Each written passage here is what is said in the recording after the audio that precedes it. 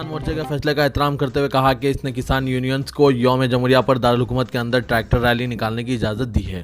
Special commissioner of police intelligence Pathak نے tractor parade کے منصوبے کی تفصیلات بتاتے ہوئے کہا کہ یوم جمہوریہ کی تقریب مکمل ہونے کے بعد سخت سیکیورٹی میں یہ ریلی نکالی جائے گی۔ دہلی پولیس کے عہدیداروں نے کہا کہ سخت سیکیورٹی میں ریلی نکالی جائے گی کیونکہ انہیں ایسی انٹیلیجنس اطلاعات ملی ہے کہ پرامن احتجاج میں خلل ڈالا جا سکتا ہے۔ دہلی پولیس نے بتایا کہ پاکستان سے 380 ٹویٹر اکاؤنٹس بنائے گئے ہیں جن کا مقصد ریلی میں خلل ڈالنا ہے۔ پولیس نے بتایا کہ ٹریکٹرز کی تعداد کو محدود کرنے کے بارے میں جلد فیصلہ کیا جائے گا۔ مرکزی وزیر داخلہ امت شاہ نے کہا کہ آسام میں کانگریس اور بدرالدین اجمل کے درانداز رائے دہندوں پر بی جے پی ہی روک لگائے گی۔ آسام میں اس سال اپریل میں ماہ میں مجوزہ اسمبلی انتخابات سے قبل ریاست میں سیاسی سرگرمیاں بڑھ گئی ہے۔ اسمبلی انتخابات سے قبل مرکزی وزیر داخلہ امت شاہ نے آسام کے دور پر آج پہنچے اور نلباڑی میں عوامی جلسے سے خطاب کیا۔ امت شاہ نے کہا کہ آسام میں کانگریس اور بدرالدین اجمل دراندازوں کے لیے سارے دروازے کھول دیں گے کیونکہ یہ ان کا ووٹ بینک ہے۔ دراندازوں کو بی جے پی کی حکومت ہی روک سکتی ہے۔ امت شاہ نے کہا کہ جو برسوں تک یہاں اقتدار میں رہے ہیں انہوں نے آسام کی تہذیب کے لیے کیا کیا؟ ووٹ بٹورنے کے علاوہ ان لوگوں نے کچھ نہیں کیا۔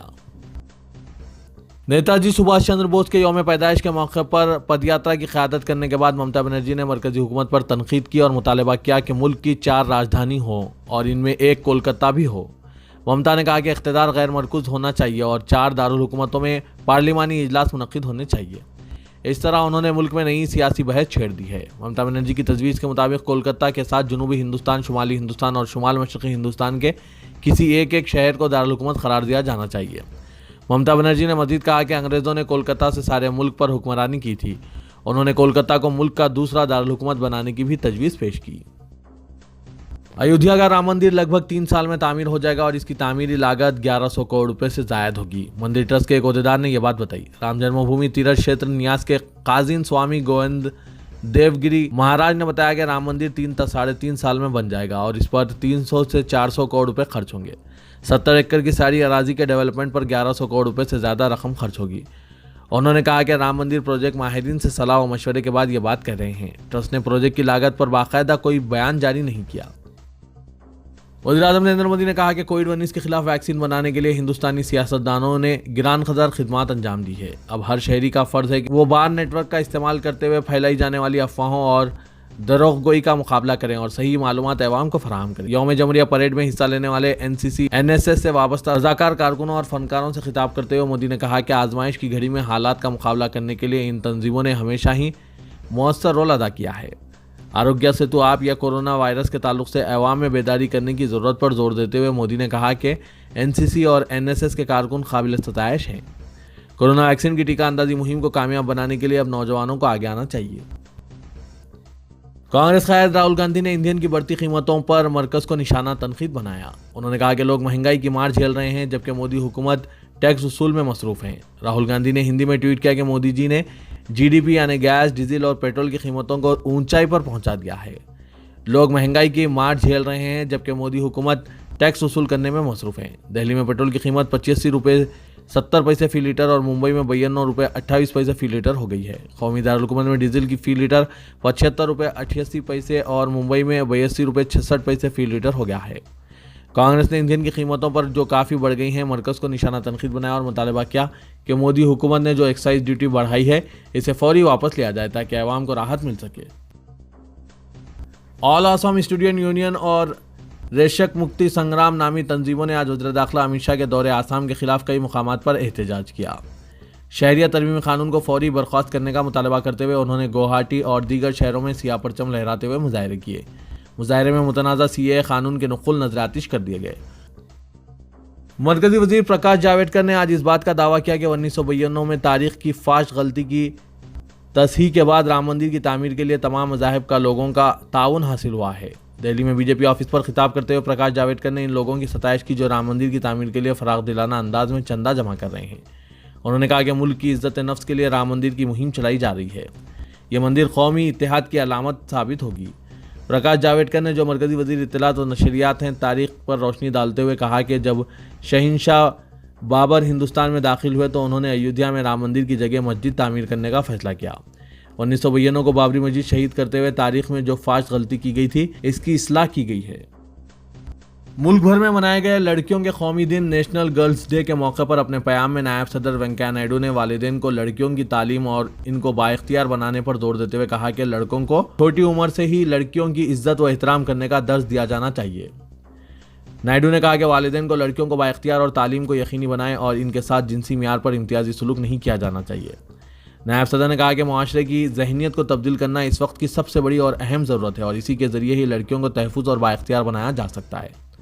انہوں نے کہا کہ خواتین کے خلاف جرائم کا ارتکاب کرنے والوں کے ساتھ ناقابل برداشت پالیسی اپنائی جانی چاہیے اور اس طرح کے برتاؤ کرنے والوں کے خلاف سخت کارروائی کی جانی چاہیے۔ لڑکیوں کے قومی دن کے موقع پر وزیر اعظم نریندر مودی نے ملک کی بیٹیوں کو سلام پیش کیا۔ انہوں نے لڑکیوں کو بااختیار بنانے اور انہیں باوقار اور خوشحال زندگی گزارنے کے لیے قابل بنانے کے لیے کام کرنے والے تمام افراد کی ستائش کی۔ ریاست بہار کے مجلس کے ارکان اسمبلی نے صدر بہار مجلس و اسمبلی میں مجلس کے فلور لیڈر اختر الایمان کی قیادت میں شہر ممبئی کے معروف و قدیم تعلیمی ادارہ انجمن اسلام کا دورہ کیا، جہاں پارٹی کارکنان کے ساتھ ان ادارے کے ذمہ داروں سے ملاقات کرتے ہوئے بات چیت ہوئی۔ صدر مجلس ممبئی و سابق رکن اسمبلی فیاض احمد خان بھی اس وفد کے ہمراہ تھے۔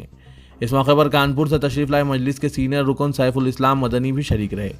انہوں نے ملاقات کے دوران اختر الایمان سے طویل مذاکرات کرتے ہوئے بہار کی مجلس کی بہترین کامیابی پر مبارکباد پیش کی۔ امریکی صدر جو بائیڈن نے کہا ہے کہ ان کے پیشرو ٹرمپ انتظامیہ کے امیگریشن سے متعلق ظالمانہ نقطہ نظر کو تبدیل کر دیا جائے گا۔ ان کے مطابق کورونا کی وجہ سے ملک میں معاشی بحران شدت اختیار کرتا جا رہا ہے۔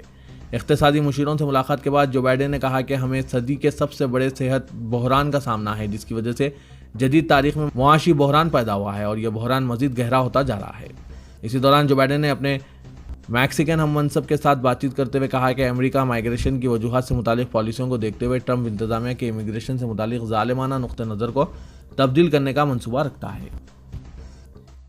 عالمی ادارہ صحت نے مدینہ منورہ کو صحت مند شہر قرار دیا، جس کا سرٹیفکیٹ جاری کر دیا گیا۔ وزیر صحت ڈاکٹر توفیق عربیہ نے عالمی ادارہ صحت کی جانب سے مدینہ منورہ کو صحت مند شہر کا سرٹیفکیٹ گورنر مدینہ شہزادہ فیصل بن سلمان کو پیش کیا۔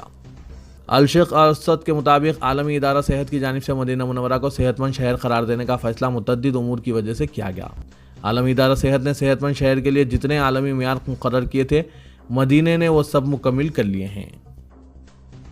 تلنگانہ کے سرکاری ملازمین نے PRC پر عمل آوری کے لیے حکومت پر دباؤ بنانے احتجاج کا راستہ اختیار کیا ہے۔ چیف منسٹر کے چندر شیکھر راؤ نے PRC پر عمل آوری کے لیے چیف سیکرٹری کی قیادت میں سہ رکنی کمیٹی تشکیل دی ہے، جسے ہدایت دی گئی تھی کہ اندرون ایک ماہ حکومت کو سفارشات پیش کریں تاکہ تنخواہوں میں اضافہ اور وظیفے پر سبکدوشی کی عمر میں توسیع سے متعلق فیصلے کیا جا سکیں۔